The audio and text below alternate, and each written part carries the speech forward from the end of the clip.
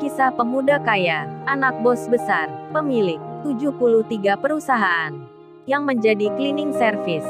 Pak Henry yang mendapat kabar dari Pak Michael, tangan kanannya bos besar, tentang Kenshin yang hidup selamat dari percobaan pembunuhan, dan malam ini akan ke rumahnya untuk melihat Kaori yang sedang sakit.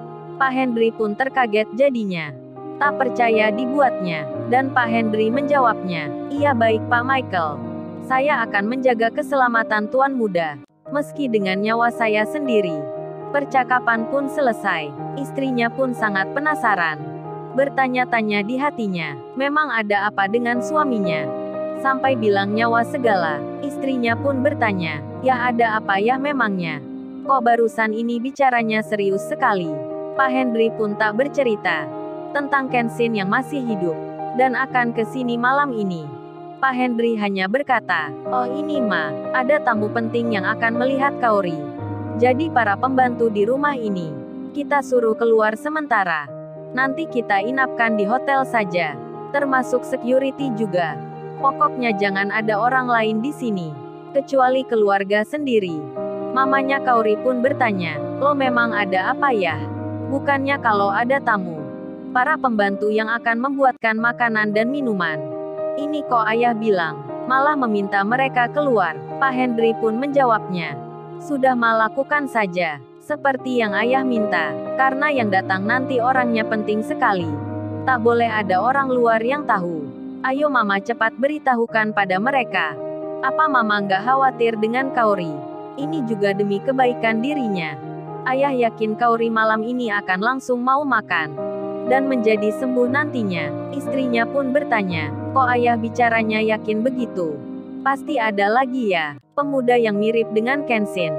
Mama khawatir ya Kaori akan tahu." Pak Henry pun menjawabnya, "Oh itu kalau yang ini Kaori nggak bakal tahu Ma, sebab miripnya 100%. Pak Henry malah bicara begitu. Dan istrinya kemudian berkata, "Wah ayah ini bisa saja mirip sampai 100%. Kayak Kenshin asli saja." Ya sudah Pak, demi kebaikan Kaori, Mama akan beritahukan pada mereka. Mamanya Kaori pun segera mengatakan pada semua pembantu di rumahnya agar menginap di hotel sementara. Dan salah satu pembantunya saat itu ada di kamarnya Kaori, lagi menyiapkan makanan. Tapi makanan itu belum juga dimakan oleh Kaori sampai berganti-ganti. Dan sudah 5 hari, Kaori tak juga menyentuhnya. Kemudian mamanya masuk ke kamarnya. Mamanya Kaori yang datang itu lalu bilang pada pembantu yang sedang menyiapkan makanan, "Oh ya Bibi, Bibi Inem malam ini tidurnya di hotel ya? Bersama dengan yang lainnya, termasuk security pula. Semua yang kerja di sini, untuk malam ini sementara, harus meninggalkan rumah ini, sebab nanti ada tamu yang tak ingin melihat banyak orang di sini. Jadi Bibi Inem nanti diantarkan ke tempatnya. Berangkatnya bersama-sama." Pembantunya pun tanpa bertanya, langsung saja berkata mengiyakan. Kaori yang mendengarnya, menjadi penasaran dirinya, kenapa mamanya sampai berkata begitu.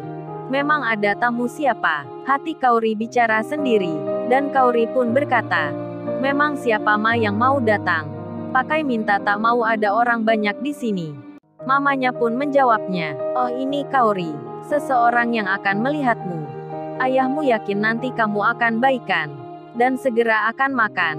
Kaori langsung membalasnya, "Memangnya siapa Ma? Orang yang mirip dengan Kenshin lagi?" "Tidak Ma, Kaori nggak bisa ditipu. Semirip apapun itu Kaori pasti tahu. Lebih baik ayah nggak usah menyuruh orang begitu." Mamanya pun menjawabnya, "Iya Kaori, Mama juga sudah bilang ke ayahmu.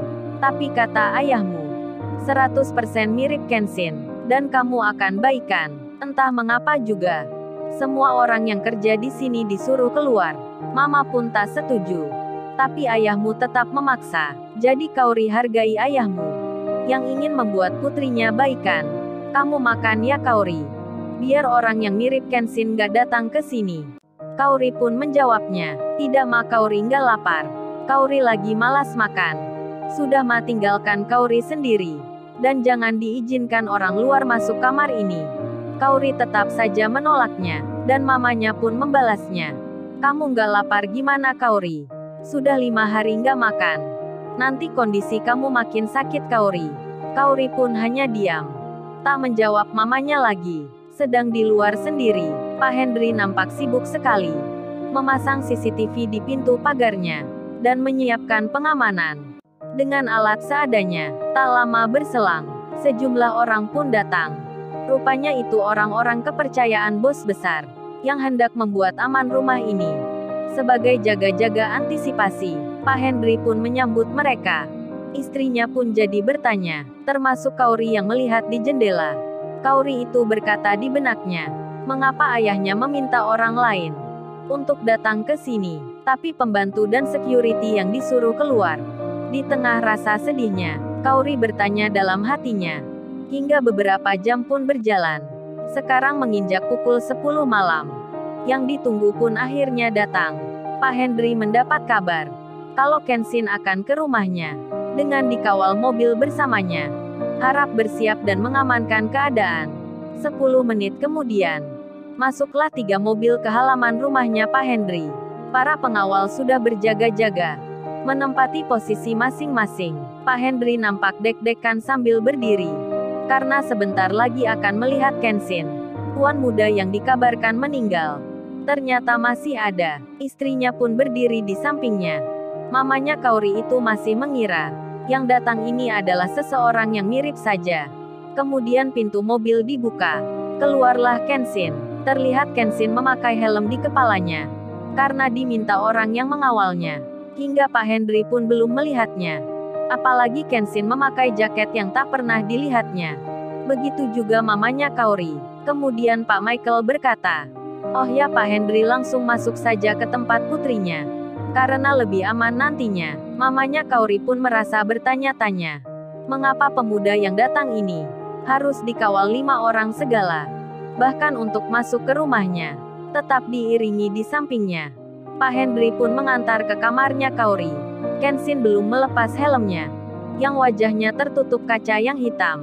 Sesampainya di kamar Kaori, Pak Henry berkata, "Oh ya Kaori, ini ada tuan muda yang mau melihatmu."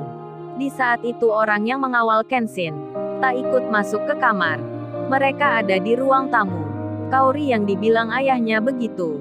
Kemudian Kaori melihat belakangnya, nampak ada yang berdiri mengenakan helm di kamarnya.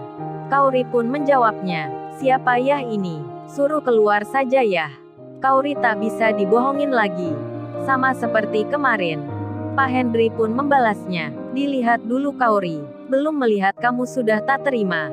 Lalu Kenshin berjalan menghampiri Kaori. Kenshin duduk di dekatnya. Helmnya belum juga dilepaskan. Kaori yang melihatnya menjadi marah. Kaori pun berkata, "Kamu siapa duduk di kamarku? Ayo cepat keluar atau aku teriak." Kaori masih tak terima, mengusir orang yang di dekatnya. Kaori pun langsung memalingkan mukanya, membelakangi Kenshin. Kenshin pun belum bicara, kemudian membuka helmnya, secara pelan-pelan dilepaskan. Hingga terlihatlah Kenshin, Pak Henry dan istrinya.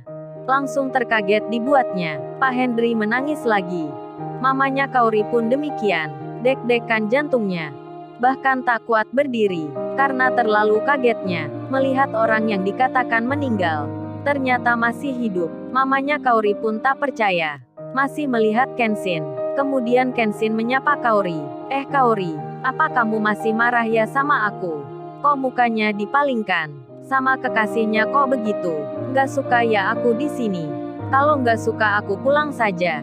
Kaori yang mendengarnya, jantungnya berdebar-debar. Lalu, bagaimana kisah selanjutnya? Subscribe channel ini untuk episode berikutnya. Terima kasih. Jangan lupa ya guys, untuk kelanjutan ceritanya ada di artikel YouTube. Jangan lupa subscribe ya guys, dan tekan notifikasinya.